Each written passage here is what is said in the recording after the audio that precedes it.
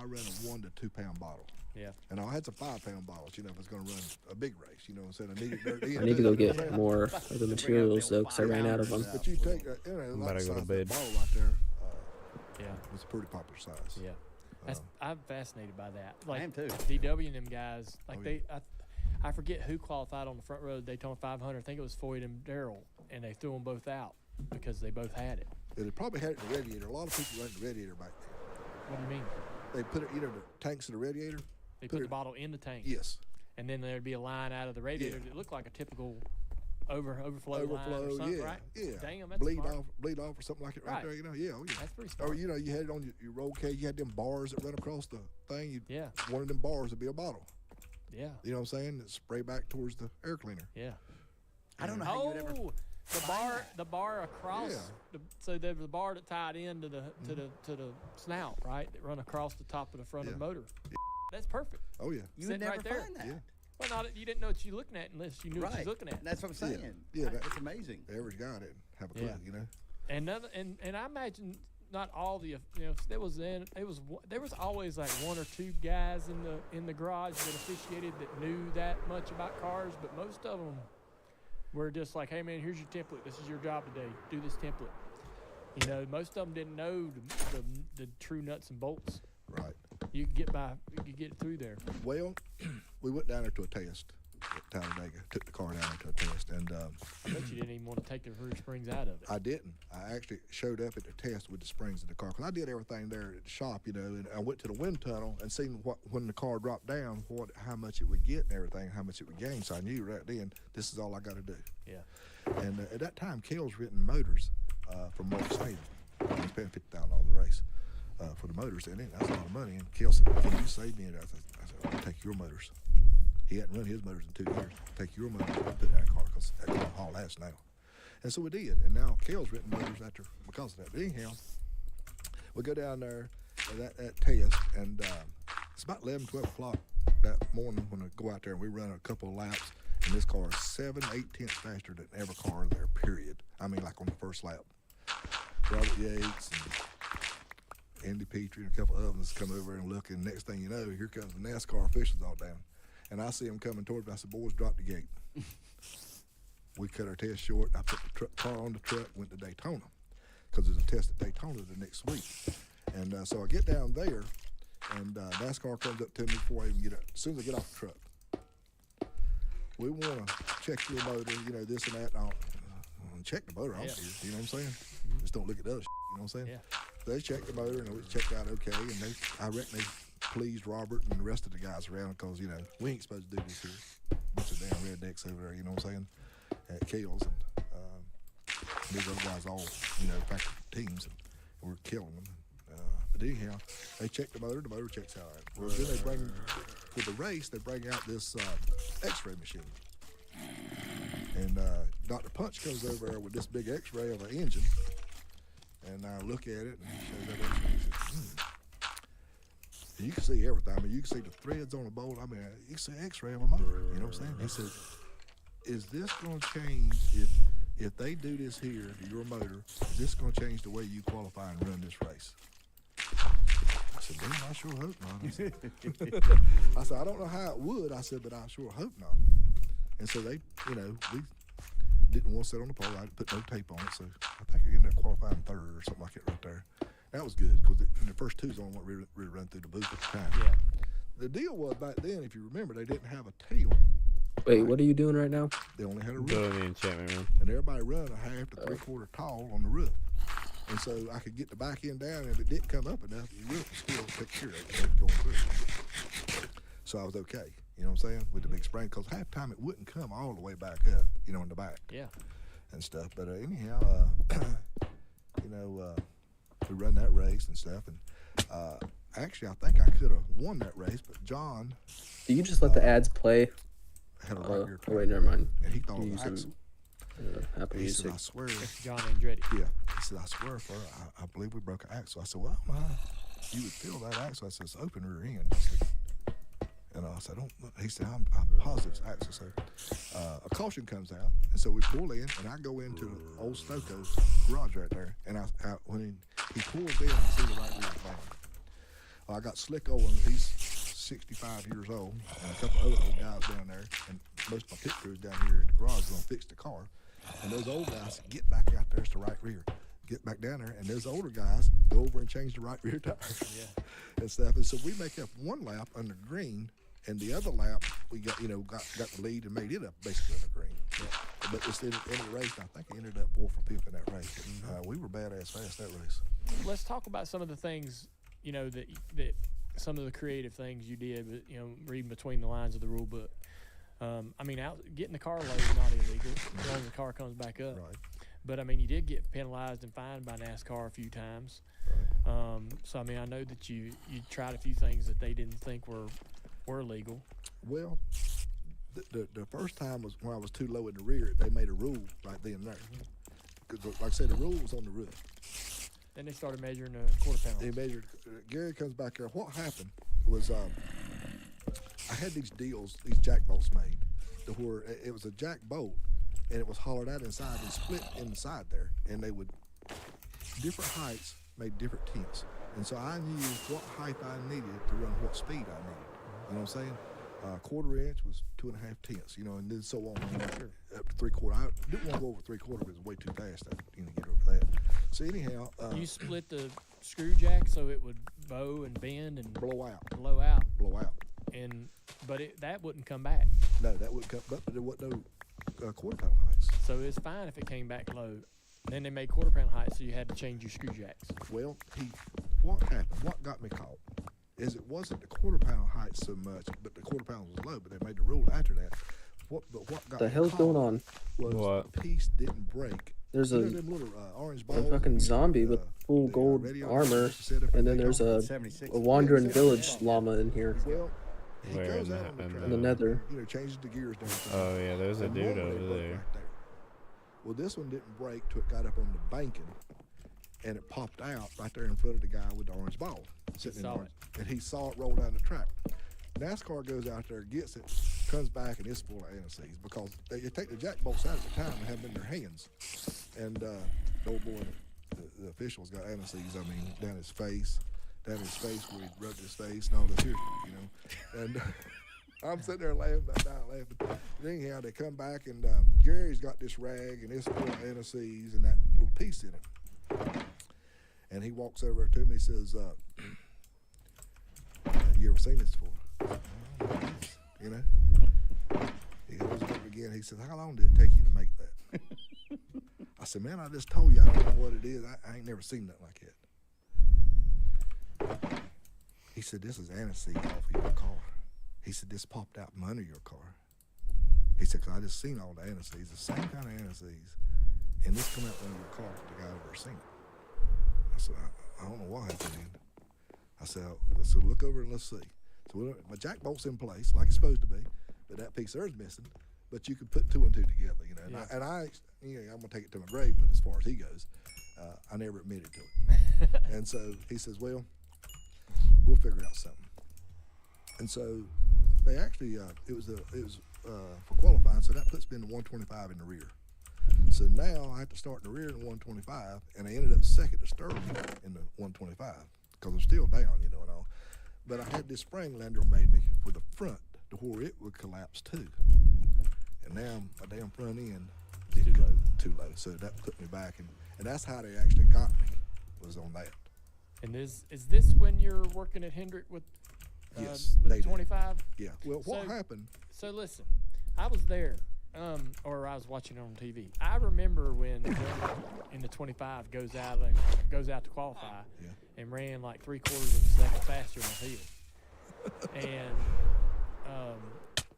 and everybody knew. Bro, right why does then only like something was up. 5 Well, if you'll buckets on remember, this lava That thing was work? the first year of Dodge. Because you I got hadn't Dodge filled the up first year block. there, and Oh, the yeah, Gray some and drips the on these. Oh. really wasn't getting along that great Yeah. because of all the things that happened. But anyhow, we were 30. I just don't have enough lava yet. You know what I'm saying? I come down there in race mode, and Rick comes up to the top of the truck, and he says, little buddy, he says, we're going to get embarrassed today. I said, yeah. I said, I don't look good qualifying. I said, we're going to be all right in the race, I promise you. He said, well, I need to qualify today. He said, you're the only one I know I can talk to Rick him. said this. Yeah, he said, "You're the only one I know." I That can- thing goes out there and hits the ground. Its sparks is flying all out Well, I'm under it. gonna tell you what happened, cause I'd already knew exactly what everything would pick you up, and NASCAR gives you a plate. You run your plate in practice, and Your they give you restrictor plate. Yeah, Yeah. They give you their plate for qualifying. Well, what happened is their plate was 2.5 horsepower better than my plate, and I didn't account on that, and that's what put me to where I was at. Too good. Too good. If you take that 2.5 tenths and figure out where I'm at now, I'm 5th or 6th. Patting on the back, your hero, But everything. you ran need. too good. Run too good. Yeah. And so they threw you out for that qualifying lap, and then you went out and got low in the front. Yeah. So the piece you made on the front springs, I'd always thought it was like some sort of not soap, but some sort of material that once loaded into the banking would be crushed That's what happened. by the spring. That's what happened. What was it? What was Lan- the material? Landrum, I don't know exactly what it was because Landrum out of Georgia made the springs for me. And I told him what I wanted to do and how much I needed and all. But I sort of miscalculated a little bit and got this a little bit too late. Yeah, too much. That's how that happens, by the way. You tell the manufacturer of the spring, like, I want to be able to do this. I mean, you don't care how it's done. You're just saying, I want a spring to be able to do this, and then you put it in your car? Well, this guy, Landrum, was a dirt racer from way back, and I knew him from the dirt days. Okay. He wasn't somebody everybody was using. No, nobody used Right. him. And all. I That's was the first- kind of guy you need. Yeah. Yeah. Oh, So yeah. you get your, I had several of those guys, during my career. they ain't building parts for nobody but you. Exactly. That's amazing finds. Yeah, I mean, I had a transmission that would pick you up 3/10. You remember them fallout transmissions? Yeah. It would fall. All the gears would fall out, and nothing would run but just a straight shaft.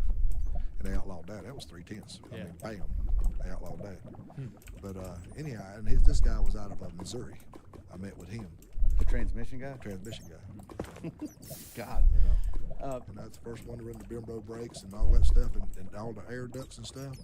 That was all made there with DK Alders with my deal, because we run second with to Rusty for like 200 and some laps and sat on our brakes, and I caught on fire during a pit stop. And so I vowed to never go back to Martinsville and ever run out of brakes again. So we built this deal up there. I had I think it was 6 electric wind leaf blowers. Yeah. And we built a piece of plywood, 4 pieces of plywood, and built it into a tunnel and stuck it up to the front of the car and put a pitot tube over here and see how many CMs would come through to the brakes. Yep. And man, it rode a brake off. It was so good. Yeah. I never had no brake problems. And that was the rule after that. Everybody ran that after that. And all. But anyhow, going back to Daytona and stuff like right there, I mean, that guy, I knew him from my dirt days and stuff. And who was the driver of that car? Was it Nate Dude? They do. Okay, Jerry Nate Can I go Dude. to bed? So you get popped then. Yeah. I'm in another. So you okay. got a 4-race suspension. I got a 12-week suspension to start with. Dad sat down at the driver's meeting beside of me, and he come up to me and he says, "Boy, you in trouble, ain't you?" I said, "Looks like it." And I said, "Can you do anything for me?" He said, "I'm going out on the boat Tuesday. I'll see what I can do." He said, He's going out on the boat with Mr. France. Yeah, he says, I don't know. He said, "I don't know that I can get you completely out of it." He Captain said, Jack. Yeah, he said, "But I'm pretty sure I can get everything reduced and get to where you'll be okay." Well, that's the day he gets killed, and Oh, man. yes, it's a sad day.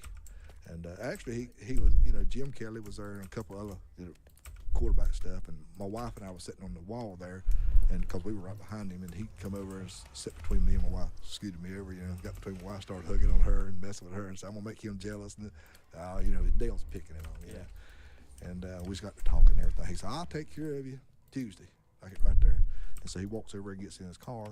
I don't know if I was the last person to talk to him out of the car or not, but I think I was, And he says, "I'll take care of you Tuesday, don't worry." I said, "All right, you better." Right there, I said, "Have a good one." He said, "You too." Went on about it. Went on about it. I know, but You had a fuel cell violation. What was a fuel cell violation? There was a fuel cell violation, and combined with the penalty from Daytona, that put you on probation for the entire year. I had a fuel cell inside of a fuel cell. As know what one I'm saying? does. So like a reserve tank, Yeah. Yeah. Exactly. which And is something that we ended up. I mean, everybody yeah. had them Yeah. in the last 10 years. Yeah. They was flip it to number Yeah. 2. That's Yeah. like gonna give you the I last mean, couple of laps. I had a deal too that where I could tell I could run one lap at Michigan, and it had a fuel gauge, had a little light on the dash. I made it out of a Fram fuel filter with a float in a proximity switch in it, Yeah. and I could do that. And all kinds of little things. So you could run till you sputtered, then that would get you your lap back Well, to pit when road, or when you did splutter, when your light come on, that meant all the fuel you had was what was in the line. and that would get you time to come. That, yeah, better you get your had ass to to come. pit road. You had to come. And that was an innovation that Yeah. nobody had. Nobody had Everybody that. else was just hoping their calculations on the pit box was correct. But Exactly. your driver got an idea. Exactly. Hey, if you like that video, like and comment below, and don't forget to subscribe so you'll never miss another piece of Dirty Mo Media content.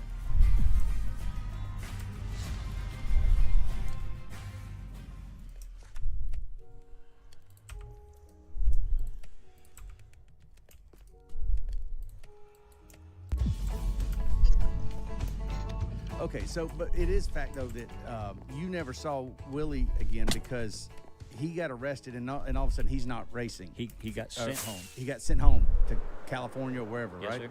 Okay. And So s- now they need a driver. Humpy needs a driver. Well, Humpy calls me and he said, you don't be disappointed, he said, but I've sent your young man back to California. And I'm, oh man, now what? I'm all geared to go to Charlotte. Thought I was going to be a car owner. I got a fast car. What am I going to do now? And he says, just don't worry about it. He says, we'll figure out something. He says, you're going to hear your name on TV tonight. And he said, we'll figure out something. So Howard Johnson Yeah. comes on the TV and he starts talking about, well, Cronkrite's lost his driver. And that's all I hear. The phone rings and it's your dad. He says, can I drive that car? How did you and Dad know each other? We weren't friends. We didn't hang around at the racetrack. Somehow we got connected. We were both having problems with right front springs breaking. And he and I I don't even remember where we were. Oh yeah, we were actually at your grandma's house. Oh, you know what? If you see her, you tell her I was asking about her. I will. She has fixed peanut butter and jelly sandwiches for me to eat, and I'll never forget that. Me and your dad go sit on that back porch. Yeah. She'd bring out peanut butter and jelly sandwich in wax paper. And we were at your dad's shop, and we'd both been breaking springs. You'd cut a spring to size, and then you'd weld a pin on the end to keep it from backing out the lower control arm. And I just would ground the spring and hold the pin and weld it. And it just seemed like, to me, we're looking at your dad's spring and mine, the two springs that we were looking at, felt I could see a little inclusion in the top part of that coil. So that arc just set up a stress concentration area, and that's where the springs broke. It seems implausible to me, but that's all I could think of. So from then to now, I'm sure your dad did, and I did too. We'd hold a pin with the ground and weld it on, so we weren't grounding. We were grinding the pin, not the spring. Interesting. So Yeah. that was just it, a 2 or 3 hour conversation. All right. He did show me a little box that I think had 5 or 6 of them screwdriver things on. Your grandpa used for axle keys. Yeah. Yeah. He was pretty proud of that. I mean, he was proud to show me Good those. story. Yeah. The story is that I guess in the 60s, racing dirt tracks, they were breaking axle keys, and Granddaddy found or figured out to use the screwdriver to cut a screwdriver up into pieces and use it. It was a little bit tougher than the stock axle key because they kept breaking them. It was my understanding it was one particular brand. One Yeah, brand. it was a store. He was going to And buy so them he up, went right? to the Yes. he went to all the stores around town and bought every screwdriver of that brand. Your so dad that told me that. the rest of the guys in the sport didn't have those. But so Dad calls you and says, "Let me drive that car." And I said, it's not my car. This is a deal program. I said, I'm not in charge. He says, well, do you care if I ask Humpy? And I said, I don't care. Howard Johnson's still talking about it on the television. Humpy calls. He says, you care if this young boy drives your car? Humpy says, I said, do you think he can keep it off the wall? But I'm telling you, I didn't say that. Yeah. I didn't say that. I said, sure, I'd like to do that. So then Howard Johnson's just signing off on that story. On the and your news. dad calls and he says, I'm coming down. We're going to fit that seat. And we needed to. The race was in the morning. So he said, I'm bringing my seat. We're going to fit the seat. So I'm figuring we're going to change some holes. He's going to, The put race some, was when? it was the next morning. It must have been Tuesday. So Wednesday would have been the first day at the track. I mean, Okay. it was, So it's happening. we had to do it. I mean, Yep. it's on. If it's going, we're starting right now. Golly. And I wrote in the book, I think he lived 52 or 53 miles away and was there in 45 minutes. Yeah, he's hauling. And he had this little scrawny kid in the front seat with him. Yeah. I can't believe I was there. Sitting at the table right now. So Yeah, and- that's true. I mean, that's the That truth. part's true. Yes, sir. Yes, So sir. the way I read in the book is that y'all spent 4 hours or so, At least. right, hammering on this car, and we'll talk about that a little bit. And he and I sat in the passenger side of the truck looking out. You stood in the passenger side of this truck. The Just window, watching the whole time. window was halfway down. You must have had a cold because there's a lot of snot on that windshield. you had a runny nose. I Yeah. you know, I don't, or you spit on it or something. Yeah. It's Sure, just little. drool, yeah, I'm you sure I drool, was probably bad. drooling. Yeah. Yeah. Oh yeah. Yeah. But did I say? Did I say it? Never said nothing. Really? The most well-behaved young man. No I believe kidding. ever- No, woo! And no issues with your dad. He'd look out the window. And you doing all right? You okay? You need anything? Yeah. You never. That's it. All right. He checked on me. Yeah, that's good to know. He did on Good to a know. regular Good basis. to know. we couldn't rule it out. All right. You don't Yeah. know. You don't That's- know. that you never know. So, all right, wait, give me an idea what time of day this is, or night. It's at night. If you were it's watching gotta the be evening news. Oh, it's 2:00 in the morning by the time we. Woo!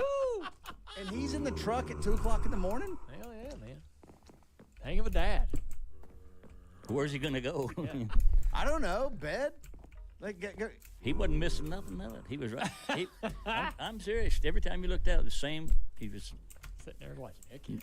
nose hanging over the top of that glass in that right side door. That's crazy.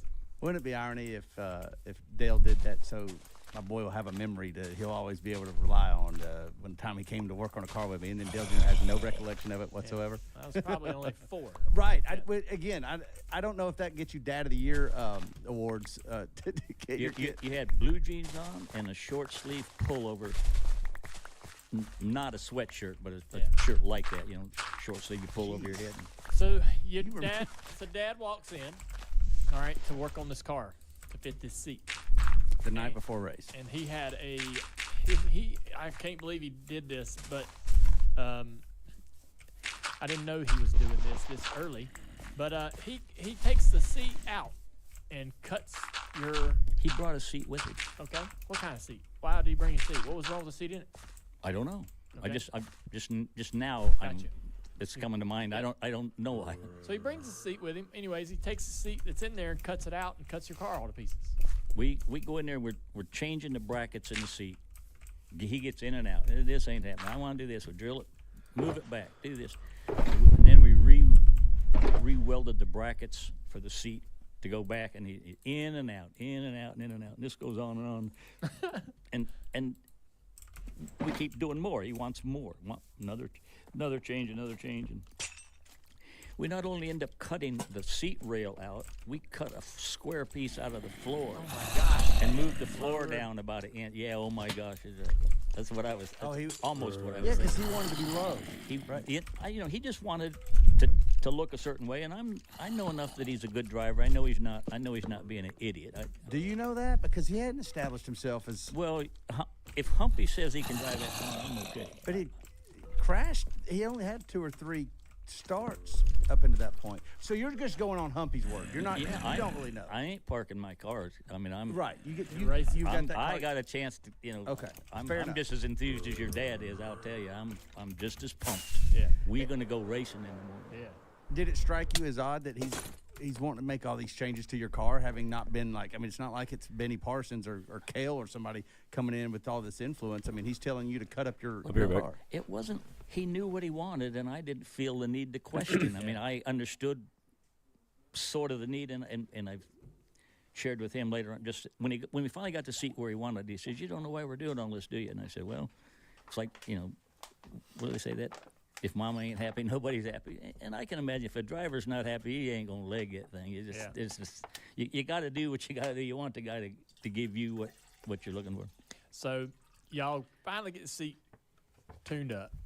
As I understand it, he had you maybe even sat in the car He and did. showed you why He did.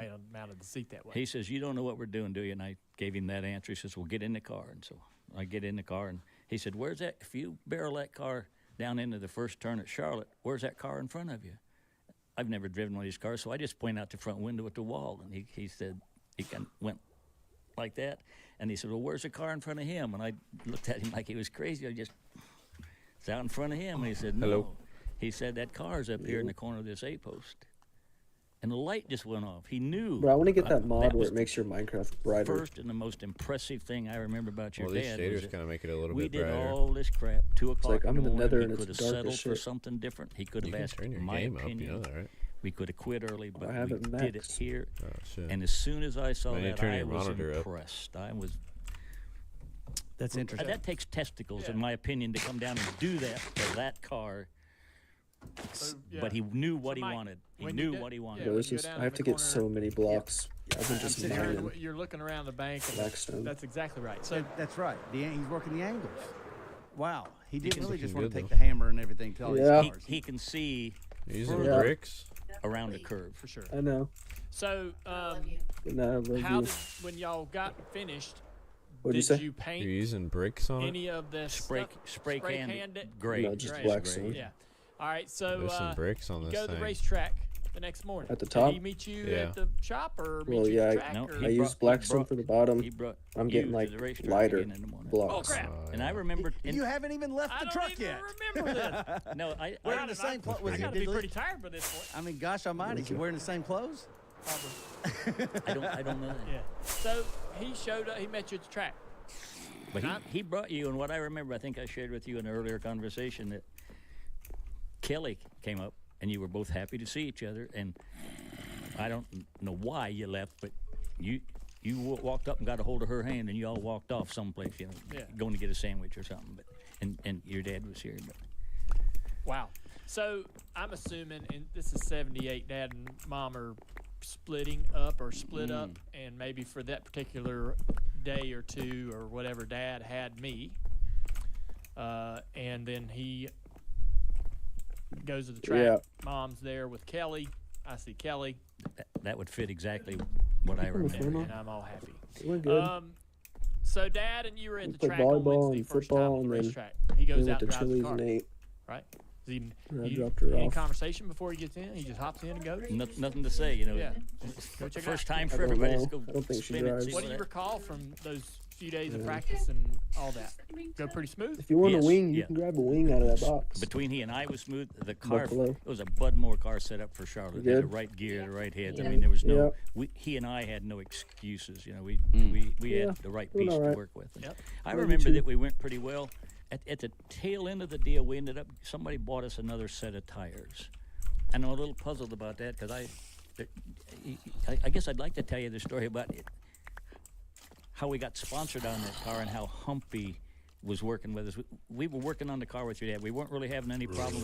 We, putting a bite in the car, changing the wedge, neutralizing the sway bar or something. We weren't thrashing in Sure. any way, and we weren't kicking anybody's butt. But we just were wanting to go fast enough to get in.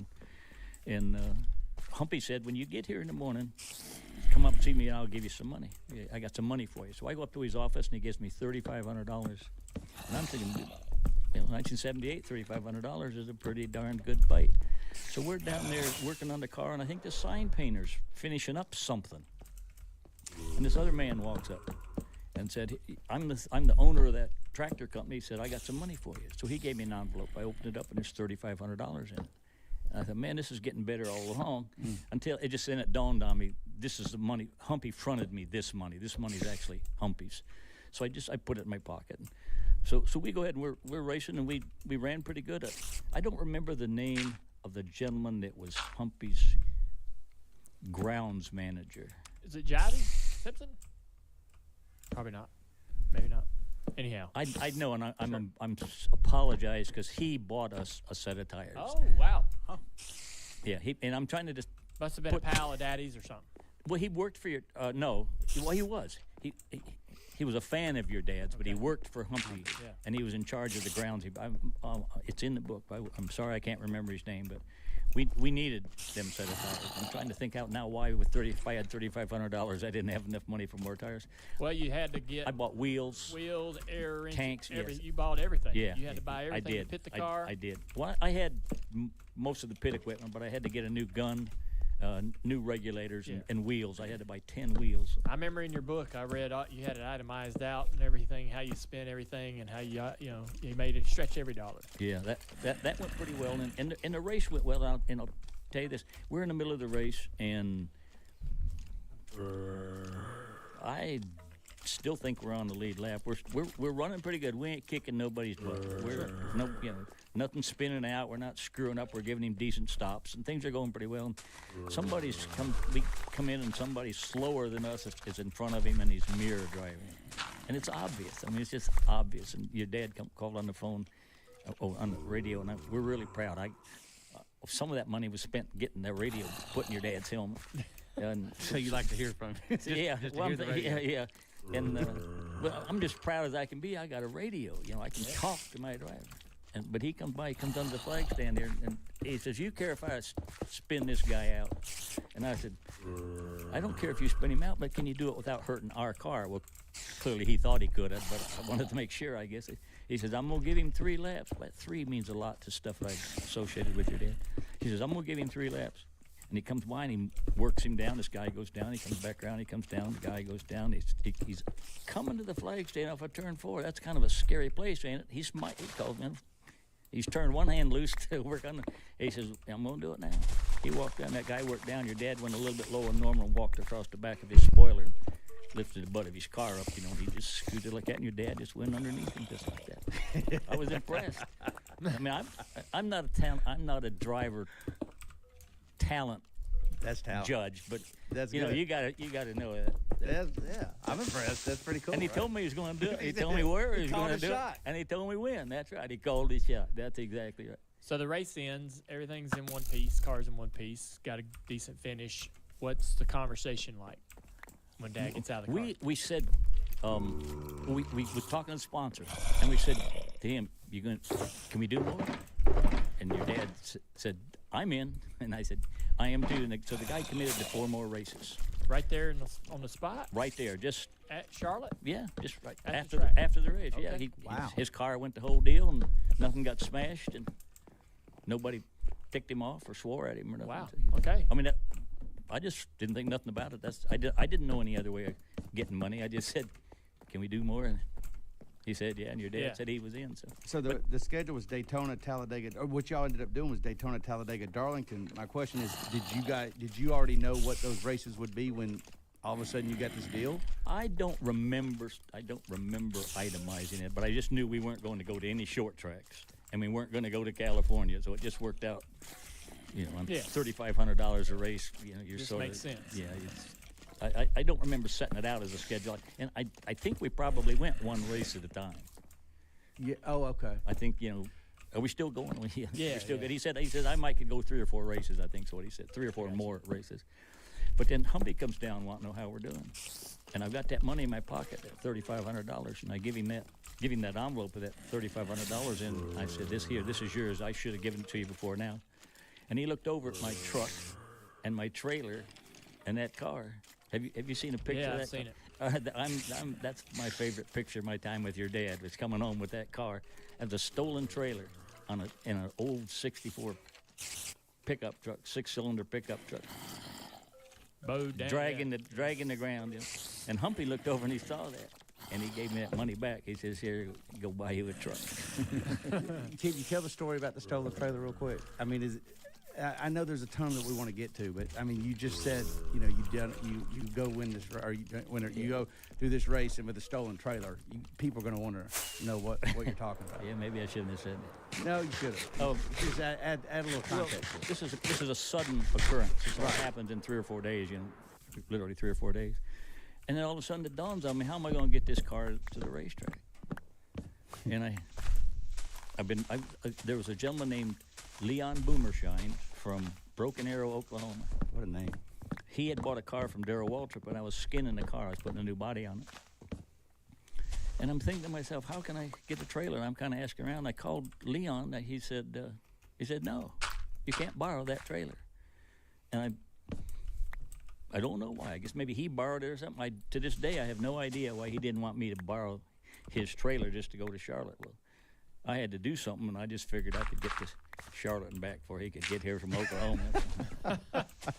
So you borrowed it yourself. You borrowed it without permission. How'd you get the car to Talladega, Daytona, and all the other places? Oh, we got that extra $3,500 from Humpy. We're in Tall Cotton.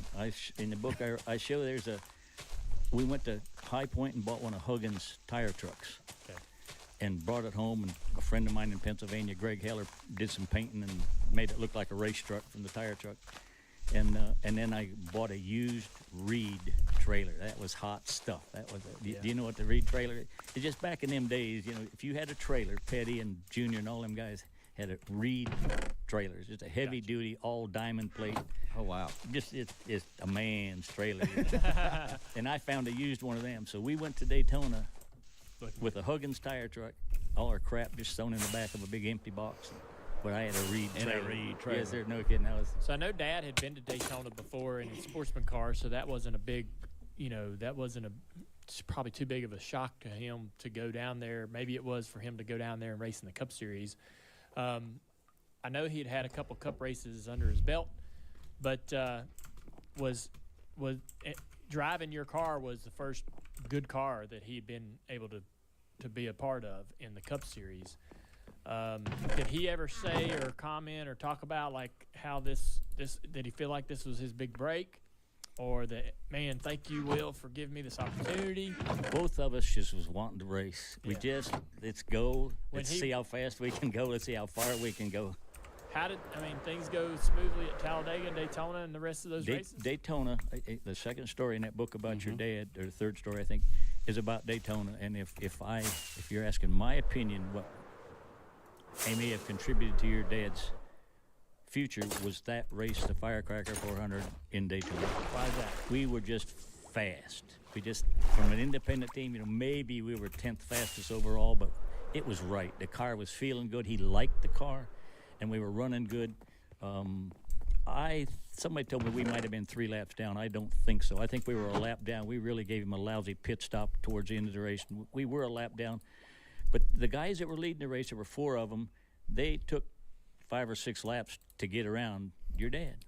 And he wasn't holding them up. He wasn't, there's no rudeness involved. They had to pass him. He was holding his own. They were just faster, but he was doing a great job. When the caution comes out, I'm guessing here 20 laps to go. So I know them guys are going to get 4 tires. There's enough racing left. They're going to want to have everything. So we came in, just gave him 1 tire and just enough gas to finish the race, or 2 tires, and enough gas to finish the race. And he gets out ahead of them. And now he worked them boys hard to get around. He just looked big time, professional. He was racing with the big boys. He was giving them everything they could take. Yeah. And I'm just of the opinion that the entire race he was like that. But there at the end, them guys I would have to say better equipment and better experience at the speedways. He was just giving them everything they could chew on.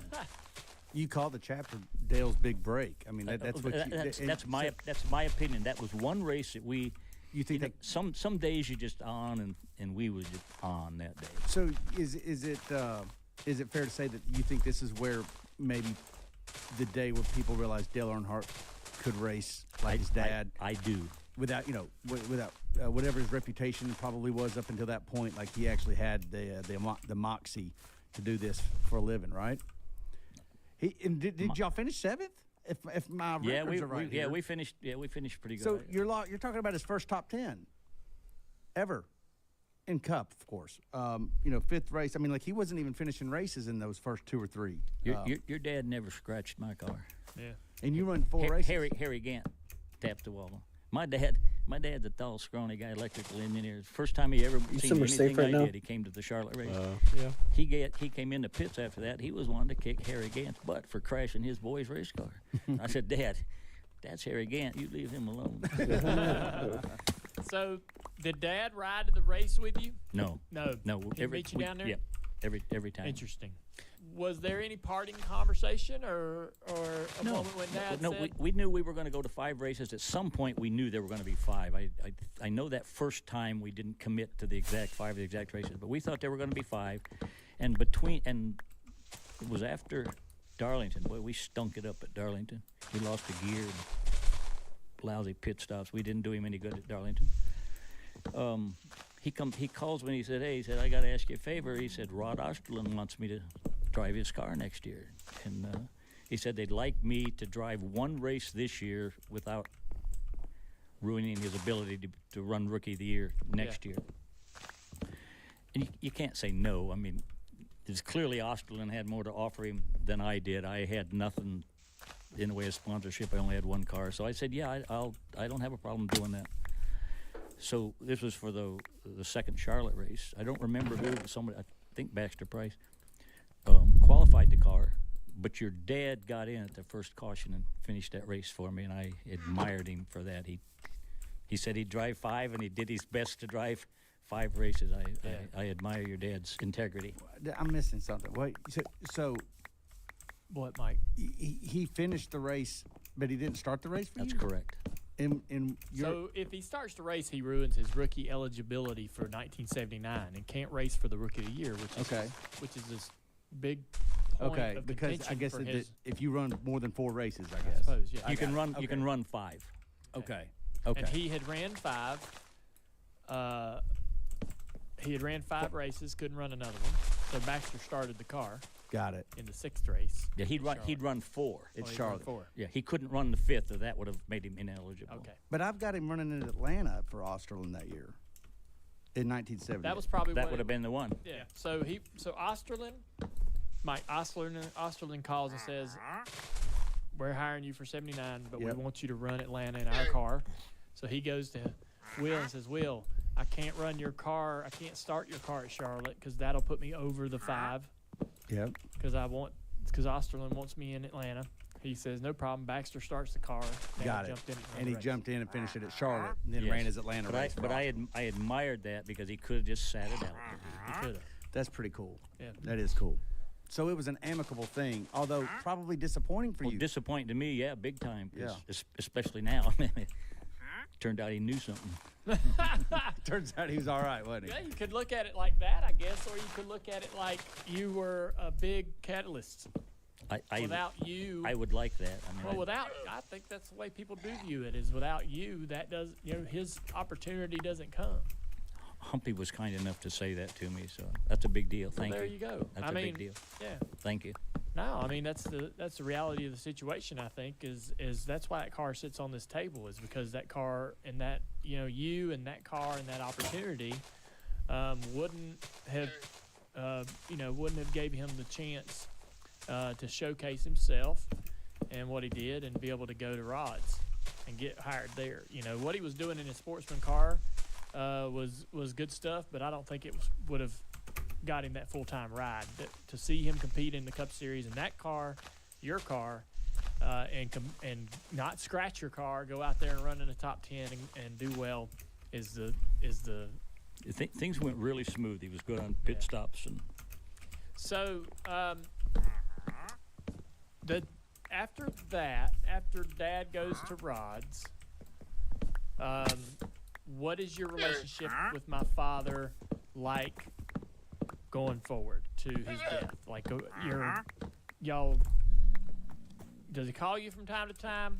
No, we weren't close. We didn't turn out to be buddies or anything like that. I mean, Okay. I would have liked that, but he I'll tell you what, some of the other things he did do, and some of the races after that, I'd have some folks that clearly were not as talented as your dad, that would drive for me 3 or 4 races a year, or one here and one there. And every once in a while, Ooh, I just thought of a look like badass we'd be idea. in trouble. And back in that period of time, if you Dude, what qualified if I, 10th or more, you you get know how I'm free gonna make tires, a and if you room for the nether qualified- portal? Yeah. Alright, I'm gonna make like a big ass room, and then like each 4 corners gonna be different biomes, and that's what it's gonna be like in the nether. Like on the left corner, if I have like a Oh, I see what you're saying. So like inverse of Bastion. what you did in the overworld, but in the nether.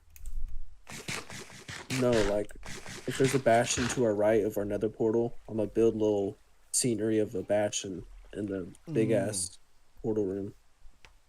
Like if you need to know where Summer's at, you can just fly that way. I think I'm getting what you're. I think I'm smelling what you're stepping in here. Nice.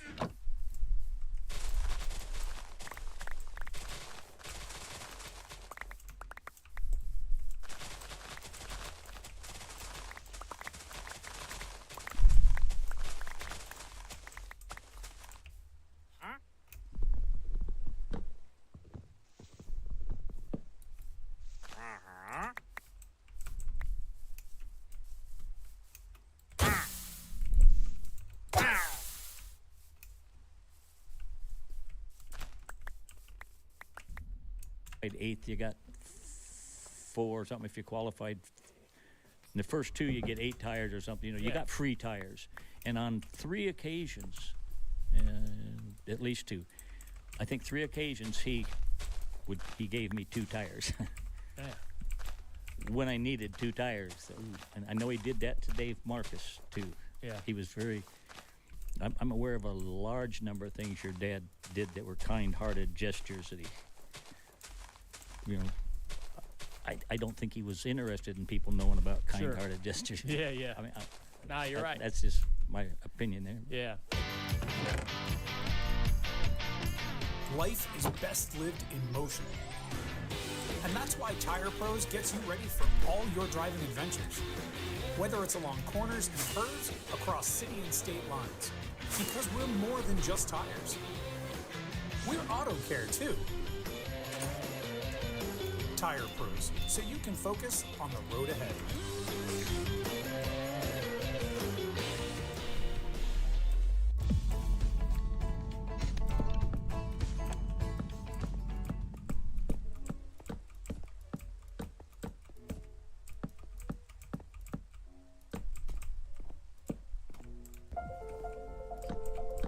You know, as we got towards the end of 2000, we actually started doing all the cup testing for your dad.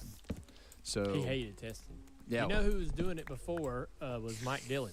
Not to interrupt Mike you. Dillon, yeah. We would go to Dad. You still in the nether? We'd go to Talladega. Yeah. No one's there, just their team testing. And Mike's out there driving a car. I'm like, the hell? Yeah. I'm like, how many races would this guy have won if he'd actually done all his own testing? Oh, you're taking Do you- Dad. Do you remember the ass chewing that we got in Phoenix that year? No. You don't remember that? So we went to Phoenix at the end of 2000, and we were in that hauler, and he was so mad because we were the fastest in his car at Homestead, and he had to go to the media center and answer all the questions about not wanting to drive his car and how his car is fast and is he going to retire and everything that came with it. And you just happened to be in the hauler with me Really? that day, and he was hopping mad when he came in there. He took myself and Richard, and I believe you got to Witness go all up that? go up into the lounge I and don't listen to remember. his rant as well. all What his the ass, hell? all his ass rippings run together at this point. Yeah. Oh yeah, That's too many. yeah. So he was not happy, but you know we developed the 3 5s and a 2 at Kentucky because Chevrolet had decided that they were going to develop a new suspension package, and it was really revolved around everything was around the 3 car. But that's where they developed the 1.4 shocks. That's where they developed all the coil binding and the soft springs and everything that you know kind of changed the way that everybody used the springs to make the car work. So we developed all that stuff. We stayed there for 7 days. If he was in the car testing, none of that shit would ever got tried because he'd be like, that's not going to work. So we tested for 7 days, and we took that car, the car that he didn't like, it was car 51. We took car 51, and that was our test car. That was the one that I drove, and we went to Kentucky for 7 days for that particular test before Indy. So we were testing for Indy. We were developing a new package for him to try at Indy. So they took that car from the test. They loaded it into the truck. They took it to Indy. He took his car, and then he went out on the racetrack, and he made his first run on the racetrack and came in. They put him in the other car, and he ran 9/10 of a second faster in the other car. And he got out, and he asked him, he said, well, what's different about this car? And they told him the springs in it. He said, you load that thing in the trailer right now. I am not driving it again. Wouldn't drive it. Yeah. because it didn't. You know, I mean, him and Rusty and all those guys, they all had this. You know, Tiny and had little to have sway a bars. little sway big bar, front spring. 1,100-pound spring in the right front, and Thing coming off the corner with a left front web in there. loaded it up. Never drove it, and wouldn't drive that car. He would not drive car 51, and car 51 is the car that we raced at Atlanta and actually won my first cup race. Oh in. wow. Yeah. That was car 51. That was car 51. the one with the you're Yep. putting the. That's it. That's crazy. But Well- and it was just the car that I was comfortable in because Atlanta was supposed to be. They had given us 2 cars to take out of the fleet because Atlanta was going to be my first cup race. That was the originally scheduled first cup race in 2001. We had signed America Online as a sponsor, and that was going to be the first of my 7 races that I ran that year. Wow. I did not. Never know heard of that. Yeah. You were going to be running in the cup race anyways. Yeah. So I was supposed to be in the number 30 AOL car No. at Atlanta. Wow. Yeah. So. Wow. Yeah. All that stuff is strange We how were it all works. we were texting just a little bit before a couple days ago, and you talking about the first time you met Dad. Yeah. What was that experience? Yeah. So the first time I met him in just kind of we just walked into his office. I didn't know. I was with You and Hornaday. Hornaday. Yeah. So Hornaday stuff was all out back. And this was before any of the stuff had happened with the Xfinity car. I guess it would have been 98, 99. Hornaday's Yeah, I guess it would have been Southwest 98. touring car and all that. No, it was when Hornaday had the truck and, Oh, yeah, and yeah. everything out Oh, in the it's- chicken farm. Okay. Yeah. Chicken coop, whatever they call it. Yeah. Yeah. And so everything was out back, and so Hornaday and I had given a whirl at golf, and we sucked at golf. And he's like, you know what we should do? We should go shoot skeet. I'm like, okay, that's a great idea. I don't have a gun. Never had a gun in my life. Well, we're gonna go get a gun. We're gonna go see Dale. He's got a whole room full of guns. I said, okay. So we get in the truck and drive over to the office and walk upstairs and we walk into his office. His door's open. Walk in, got all his crap all over his desk, and he's got his glasses on, looking down. And he looks up. What do you 2 idiots want? We sit down, and Hornaday's like, well, we want to go shoot skeet. He's like, why would you want to do that? Shouldn't you be working on your race cars? And so he says, well, if you're going to you 2 are going to go shoot skeet. I don't want you 2 idiots shooting your feet off. So he called Danny. You remember Danny that used to shoot for Remington? Yes. Remember? Yeah. So he called Danny.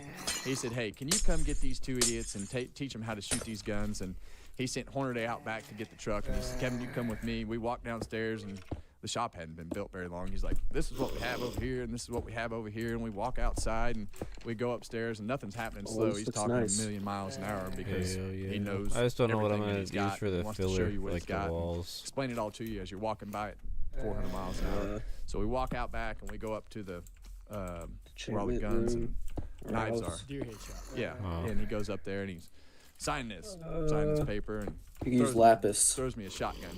Like he made you sign a waiver, a release. Well, yeah, you Dude, is it all mobs you had to underneath here? sign Yeah, Yeah, I bunch of gotta them. light it up. a in there. release I'm with the thinking number of the turning gun into on it, so they knew house who shit. had it. Wow. And he had so- a lot of guns. That's a Oh, lot of I mean, guns. they had the Remington sponsorship, so I I mean, got there was I can't remember the name of the knife company. Say You remember all quartz, those but I knives feel they like had and we all do those that for cross everything. Cross cutlery. Oh my God, I I've thought got that piles too, of but I those think it might be things. too much. And he had cases and cases and cases in that room. But anyway, that's where we got our first gun, and and that was Dude, should you do really like the first brick? time that I had met him face to face. Oh, that in would look that dope. setting. Yeah, I'm and doing then that. the next time I saw him, it Don't was you have a lot in, of clay? in Yeah, I do. Michigan. This was the second time they had just announced the AC Delco sponsorship in Michigan.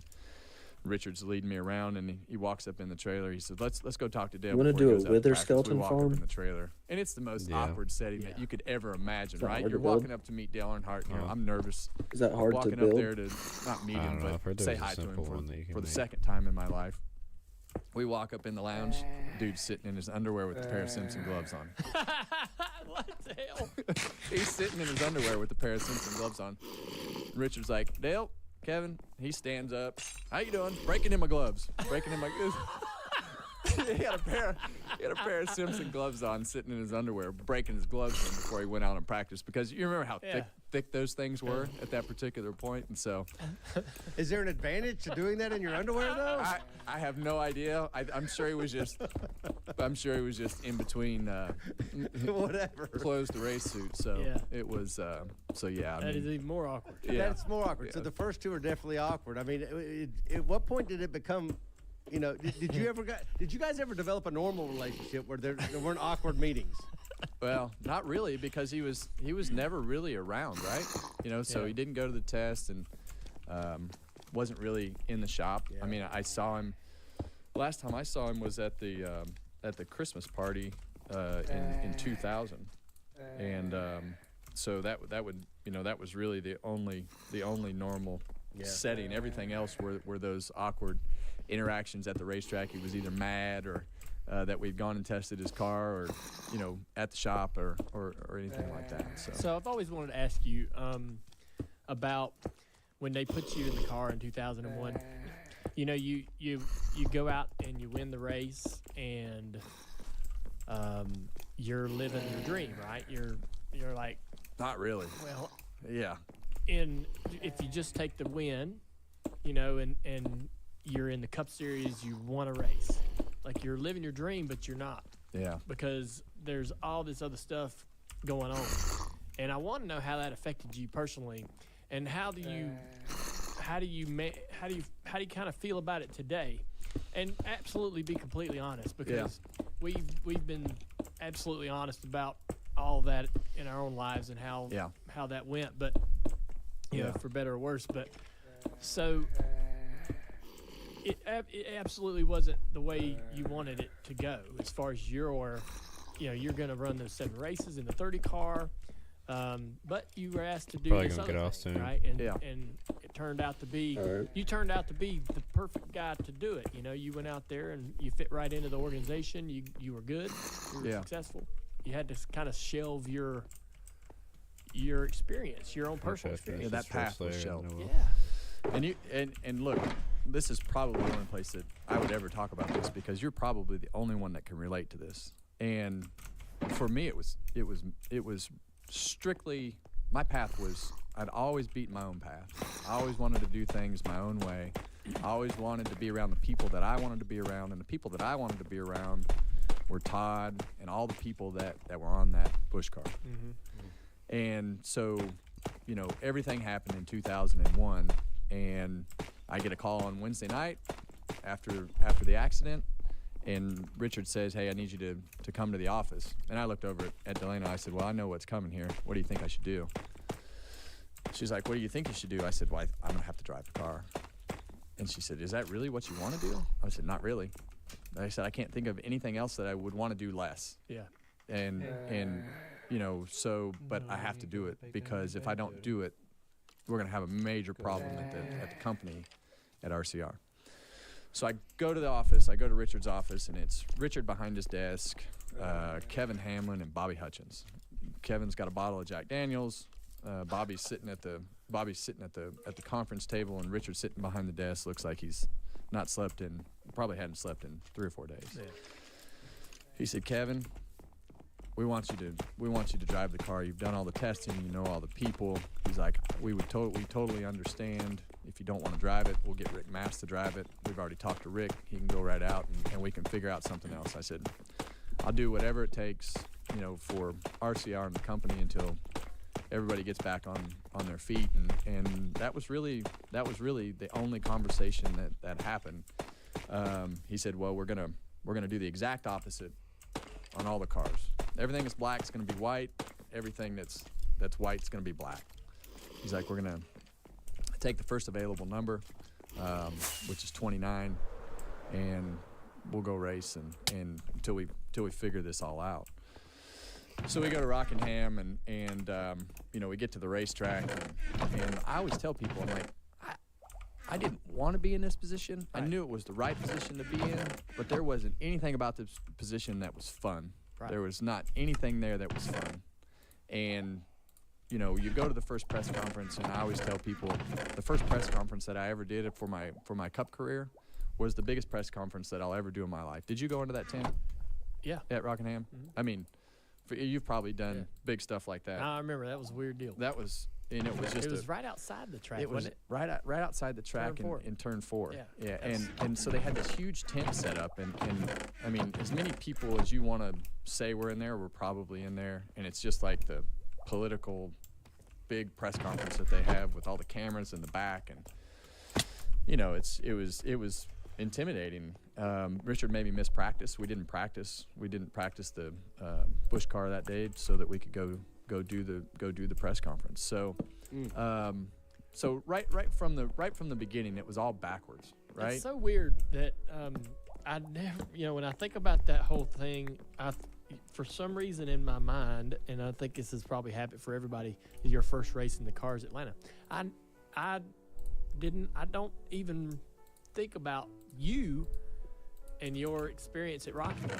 I remember my experience and being around Steve Park and Michael, and I see the pictures and stuff on the internet every once in a while, but I never have, till just now, thought about what Rockingham must have been like for you.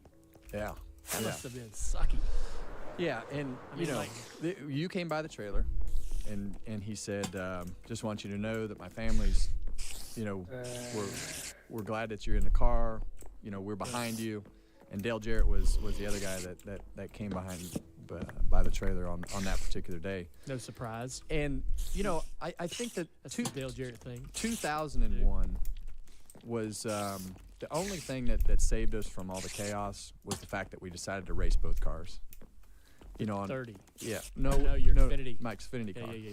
So, and at that point you could still go test, right? So we went to every Cup test, we went to every Xfinity test, we did every Xfinity race, we did every Cup race. So it kept me kind of secluded to my situation in driving, and I got out of a ton of stuff. And I didn't have to see as much of the chaos as I saw in 2002. I was really oblivious to a lot of the things that the magnitude of the situation, and I think when you look at Rockingham, it came at a really weird time, because the next week Delaney and I were getting married in Las Vegas. Oh my goodness! Wow, there's a lot going on there. Yeah, and then everything happened in Daytona. So your personal life is changing. Your career path took just a complete right turn, into a situation that had, way more eyeballs on it than anything that you could have ever imagined. And now you're under this spotlight. It's not like I didn't like any of those guys that were on the team, but they just weren't my guys, right? Sure. We didn't have anything in common. They were all your dad's age. I was 25. They were all late 40s, early 50s, and we didn't have anything in common. So you were going to the racetrack to do what you had to do, and Todd Barrier did a great job of just kind of being that middle guy of trying to be in the middle of everything that went on to try to keep the peace. Of the whole situation, because the way they communicated and the way that they did things was just not like the way that we did things on the Xfinity cars. So we do the press conference at Rockingham. The race goes fine. I think Steve won on that particular day, and just really awkward, at that particular point. And we load everybody up. We go to Las Vegas, which was actually worked out to be really good timing for our team to kind of get our minds off of everything. We get married Wednesday night. Well, we go to the racetrack, and I fell into Richard the water. Actually flew out there. We got on the wrong Gotta miss the helicopter rocket. after the race. Richard had a helicopter take us because the race got rained out. We raced on Monday, so we were already a day late to the wedding to go to Las Vegas. We get on the wrong helicopter, go to the wrong airport, come back to the racetrack, get on the right helicopter. So my soon-to-be wife is already freaking out at this particular point, because everything that we've got is just Unraveled. is unraveled and different than what it was supposed to be 2 weeks ago. Yeah.